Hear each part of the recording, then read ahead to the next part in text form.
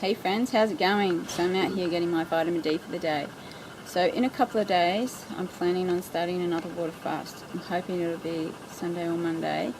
I just got to finish all the fruit I've got in the fridge, because I've got food in the fridge, I want to eat it. So I'm sort of, today I'm eating watermelon, cooked pumpkin, or cooked squash, and soupy vegetables, and then fruit, and not fruit juice, vegetable juice, cucumber, carrots, cabbage, and then tomorrow I should just have left just cucumbers and carrots and cabbage juice and a bit of watermelon maybe, and then maybe I'll have a bit of that left over on Sunday. If I do, I'll eat it. If not, I'll go straight to the water fast. So the reason for this, and I will try to fast down to 45 kilos this time. I'm about 53 now. And I've been refeeding for 3 weeks. So the reason why I want to do another water fast is because about 5 days ago, I had to work under this stuff. It's called sarking. It's a building material, but not this piece in particular, but some other stuff that had been sitting up out in the sun for a year. And I didn't realise that this stuff over time breaks down really badly and lets off, you could probably see this stuff, so it lets off really fine particles of metal and plastic, right? And I didn't realise it was deteriorated so bad, and I was under this stuff for 2 days, off and on, and I started to feel this metallic taste in my mouth, and then this is 5 or 6 days ago, and then the next day I woke up and I was brain fogged and I felt like I wanted to vomit, and it's been like this for like 5 or 6 days now, and I've still got the metallic taste in my mouth. The nausea, the feeling like I want to vomit isn't as bad today, but I thought that I was pregnant, because what happened after the last water fast, I thought I was going to miss ovulation entirely for a month, and then my ovulation was going to come for a month later, but what happened is it just came 2 weeks later, right? So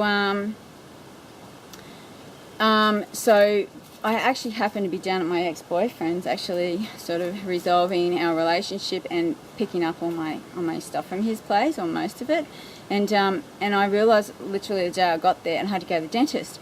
So the day I got there, I realised I was ovulating, so I actually took that opportunity to have sex with him over 3 days, right, during the period when I thought I was ovulating, and I because I don't care, I just wanted to get pregnant, and there was an opportunity, like I hadn't talked to my donor, I didn't even know I was ovulating, and it was just really convenient, and that's when I started to feel this nausea and this metallic taste in my tongue. That's actually an early sign of pregnancy. I was so excited till I took the pregnancy test over a few days and realised it was negative, and then I was really depressed, because number one, I hadn't fallen pregnant after my fasting, and this shit was in my system now, and it just doesn't seem to be going away, because like I said, this metallic taste is still on my tongue 5 or 6 days later. So I was thinking, I feel so sick, right? I should really be going to see my donor on day 10. Today is like day 3 in my period now. So in 7 more days I should be going to see my donor. I still feel so sick. That can't be good for trying to fall pregnant. And so from this shit I was breathing in, because I am chemically sensitive, right? That's the other problem. And but I just didn't, obviously I wouldn't have done that on purpose, I just didn't realise I was breathing that stuff in, because you can't see it unless you sort of look in the light, and then you could see all that stuff floating off it if it's been breaking down. Anyway, so now the other issue is and also my sperm donor is moving, actually. So when I was talking to his wife, she said, oh, we're moving this month, it'd be a bit inconvenient, and I was like, oh God. But okay, that's good. That's a sign that I can take this opportunity to water fast, even though normally when I water fast it seems to delay my ovulation and it just makes it harder to predict ovulation, all that, whatever. The other issue I wondered about why I might not have fallen pregnant this month to my partner is my ex-boyfriend is number one, I wondered if I was actually, although I sort of felt like I caught that luteinizing hormone surge on the ovulation prediction kit early enough, I wondered if I should have really been getting sperm into me even a bit earlier than that, that's number one. And number two, because I'm not really sure when I actually do ovulate after the luteinizing hormone surge. And number two is my ex-boyfriend, he has rheumatoid arthritis, which he controls naturally with diet. But while I was there, he was having a flare, and he also breathes in chemicals every day because he's a waterproofer. So I don't know how. I've always wondered how much of that has an effect on my ability to fall pregnant with him. But he has gotten me pregnant twice before when I first turned 46, and they both ended in miscarriages. So when I turned 46 last October, he got me pregnant in November. I miscarried at 6 weeks. Then he got me pregnant again in January 2018, and I had a miscarriage at 10.5 weeks. So and I haven't been pregnant again since then with him.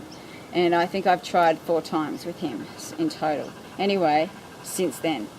So with, using basal body temperature and luteinizing, really using a luteinizing hormone surge, but because we hadn't lived together, if we were living together, we'd be having sex earlier than the luteinizing hormone surge, but that sort of didn't really happen because we live so far away. We live 2.5 hours drive from each other, so I would, sometimes get there probably a bit on the late side, because I do think you should be having sex before the luteinizing hormone surge. That's what I've come to believe now. Anyway, that's why I'm gonna water fast again in a few days. And like I said, I'm fasting at home this time. Like, I live with my parents. It's a long story. And last time I didn't like to fast here because my mum freaks out about me losing weight and looking so weak. Like, she just can't cope. But I've told her that I have to do it. She has to just accept it. I can't go away and fast this time because the place where I was staying, I can't really stay there this time. So it's just how it's got to be, and I'm going to do it, right? So psychologically, I'm trying to prepare myself for this water fast, but once the food goes from the fridge, it's just got to happen. So anyway, we'll see how we go. Anyways, I'll keep you posted on that. Well, thanks very much for watching, and I'll see you next time. Oh, the other thing I want to mention is that although I'm 47, even though, like I was talking to my friend the other night, and he was saying, you don't have any more time to fast, you're already 47, But I said, you haven't seen the research on fasting. I feel that every time I fast, I put my body in a better position to become more fertile, and I could get really stressed about still not being pregnant and being 47, right? But I don't want to think negative. I know that I want to have a child, and I know that fasting I believe it's going to improve my fertility hormones and my egg quality, and better prepare me for when I do see my donor, okay? If he's still willing to help me. That's the other fear I have, is that, he'll just turn around and say, no, can't help you anymore. I've changed my mind, But anyway, just whatever. I've been trying to sort of meditate and stay calm, to not get my fears to stress me out about my age, and not having a partner that I can have sex with whenever, and having to time this, and having a donor that lives a distance away, although it could be a lot worse. So I'm grateful at the moment the donor I found only lives 3 hours drive away, or 3.5 hours drive. It could be a lot worse than that, so we'll see. Anyway, thanks very much for watching. I'll see you guys next time.